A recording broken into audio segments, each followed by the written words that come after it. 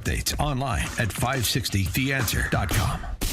Now, from the Signature Bank Studios, this is Chicago's Morning Answer with Dan Proft and Amy Jacobson. Only the biggest stories, only the biggest guests, and only the biggest opinions. This is AM 560, The Answer. Top of the morning, Dan, and in for Amy J this morning, Jeannie Ives, former state rep and current host of The Real Story with Jeannie Ives, Sunday evenings, 7 to 9 p.m. on these airwaves. More lawlessness at the hands of Biden buddies, more Biden buddies who have victimized the law-abiding. We mentioned this yesterday. Let's just run through a few examples that leads up to an important question. Venezuelan detained as a public safety threat after prosecutors said he choked a woman into unconsciousness and then sexually abused her on the campus of UIC this month. 3 hours later, he followed another woman from a Northwest Side CTA station and choked her during a robbery attempt. We told you the other day about another Venezuelan here illegally who was picked up by ICE in Cicero, an anonymous tip, as I understand it, who is a known member of Tren de Aragua, the international gang that hails from Venezuela. And he was picked up after a drive-by shooting in Little Italy, if I'm remembering correctly. We have this story. You know, we're all border states now. We have this story out of Alabama. This morning, an illegal immigrant man is behind bars accused of raping a mentally incapacitated teen. Enterprise police arrested Pablo Mendoza after getting word of a crime happening last month. Sheriff Scott Bird confirmed to WDHN that Mendoza is in the United States illegally. Authorities say that Mendoza had sex with the teen, and the teen could not consent due to her being, quote, physically helpless or mentally incapacitated. Mendoza is charged with the rape in the first degree and is currently being held in the Coffee County Jail without bond. The murder of Ruby Garcia in Grand Rapids. This man who entered the United States illegally is facing murder charges in Michigan after the death and carjacking of a 25-year-old woman he was dating. Police say Brandon Ortiz Vite used a handgun he bought illegally to shoot Ruby Garcia multiple times on Friday before leaving her body on the freeway and driving off in her car. Federal officials say he is from Mexico and was deported from the U.S. back in 2020, but returned. Of course he did. By the way, I saw some of the headlines on that Ruby Garcia story. Carjacking gone wrong. Is there a carjacking that went right? What is the reporting on this? It's just astounding. So that's just a snapshot. And I guess my question is, for our next guest, and I know this is going to put him in a bit of a difficult position, but we have to ask it. Sorry. Is the House Republicans and Republican Party continue to call this an invasion? I say importation because they're here by invitation of the federal government. But, okay, if it's an invasion and it is piling up this sort of body count and it is attendant to this sort of depravity, the preying on the law-abiding, then why aren't all hands on deck and all powers possessed deployed? In other words, why does the House Republican caucus still go along with spending, the power of the purse? Mm-hmm. For more on this, we're pleased to be joined again by Bryan Steil, who's a Republican congressman from Wisconsin's first, right across the border, the Cheddar Curtain there in Kenosha. Bryan, thanks for joining us again. Appreciate it. Thanks for having me on. So, why not? Why not say nothing happens until the administration changes policy to stop this carnage? This administration has been an absolute disaster at the border. I voted against the last appropriations bill, but what you're seeing is this continuation of Biden administration policies, and it's a choice of the Biden administration. I mean, we got to remember, when Biden came into office, he undid what President Trump had in place. Stay in Mexico. He could immediately restart border wall construction if he chose to. He could end catch and release. He could end the abuse of the parole system.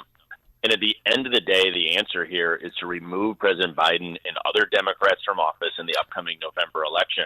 And I share your absolute frustration that this continues to play out. Well, I mean, I know that, and I agree with that, but there is power that is possessed that is not being used, or arguably is not being used. I mean, I'm happy to hear disagreement on that. And we have about 7 months to the election, and every day there are these terrible stories that are coming to us from around the country. And so, if Speaker Johnson doesn't have the votes in the House Republican caucus, then he should say so. He said, I would like to do this. You need to put pressure on Republicans who are recalcitrant here, who are afraid of being tagged by the D.C. press corps as shutting, quote unquote, shutting down the government. But if we don't use every tool at our disposal to pressure this administration to stop the sort of predators that have been unleashed on the American public, then we're not doing our job. Why can't he say that? Why can't he make that play? So I voted against the appropriations bill, but I will say shutting the government down, I don't think forces Biden to actually close the border. I think Biden is so committed to the disastrous policies that he has put before us. Well, fine. I mean, I'm sorry. Operate as he is. I'm sorry. I don't want to interrupt. I'm sorry to interrupt, but I mean that's fine if he says I don't care, but then that's on him. At least Republicans, we have used everything at our disposal to try to get this administration to act, and they still won't. So that even focuses the attention more intensely on November. Yeah, no. So I voted against the appropriations bill. I'm just saying I would love the ability to force the Biden administration to come to the table. But this is an administration that continually, day after day, is committed to having an open U.S.-Mexico border that is to the disaster of the American public. And it plays out in our biggest cities and our smallest communities. I think the public is aware of the policies of the Biden administration. But closing the government down, which we could have a theoretical debate because it didn't happen, but I don't know that at the end of the day that gets President Biden's attention any more than the horrific crimes that you've just listed on this radio station. And then you say, what does do it? What does do it is having people pour out to the polls and vote Biden out of office in November in my state of Wisconsin and other critical states across the country, and removing Democrats and liberals everywhere we can across the country. Okay. Go ahead, Jeannie. Yeah, well, I mean, look, the Republican vote was 112 against that spending bill, the $1.2 trillion, and 101 for it. I mean, you had more Republicans vote against this bill, and you guys couldn't hold it together. I mean, I think the entire nation is focused on the border and the crime that has been precipitated from that open border. And I mean, honestly, so you voted against it, but Mike Gallagher, your colleague, voted for it. And there seems to be a disconnect even among, Wisconsin represents. Yeah, no, absolutely. People have different views on this bill. I mean, to me, I think we could have done far better. I mean, I share your concerns on the border. I have a lot of concerns about how a lot of these funds were being spent. All we're doing, though, is looking at the situation where we have now and upcoming one vote majority in the House of Representatives and a continuous inability for people to come together in the Republican House for the betterment of the team. Well, if we came together for the betterment of the team, I think we would be able to move more policy. Let me tell you, in the trenches, it's beyond frustrating when we continue to see people flank off away from the team because it weakens our ability to do exactly what we're discussing, which is trying to force the Biden administration to change course, in particular on the border, but on a host of policies. Well, talk about weakening the majority. Your own colleague, Mike Gallagher, is going to leave at an inopportune time. Yeah, no, I don't know his line of thinking as to why he's doing that, but I can tell you it doesn't put us in a better position to take on the Biden administration. We're at a period of time where we need all hands on deck, and it's going to be a really difficult 7 months in front of us. Well, and just to be clear, what Jeannie's talking about is him waiting to officially walk Mike Gallagher. And by the way, I like Gallagher, and I think he's done some really good work on that select committee in the Chinese Communist Party. But what he's doing with respect to vacating his seat such that no special election can occur is really indefensible. And that's what Jeannie's talking about. That's right. Yeah. Yeah, no, absolutely. And under Wisconsin, under the Wisconsin Constitution, the decision point would be by April 9. And so he announced that he's going to leave after that. I think we're always better served when people are in. If people can't be there for some reason, they should make sure that seat is filled as quickly as possible. And I'd like to see people hold out and complete their term. We've had a number of members who've left early this Congress. I think we're better served when you sign up for 2 years to the best of your absolute ability. You should make sure that you are working to fill out those 2-year terms. Yeah, it strikes me, like Ken Buck is another good example. It strikes me as terribly immature. It's a little temper tantrum by people who are upset about one thing or another. And you see this, I mean, as you were talking about, on both sides. I think the Marjorie Taylor Greene filing a motion to vacate the speakership is another temper tantrum that serves no particular purpose at this time. And I think that's what you were referring to. I agree with you on that.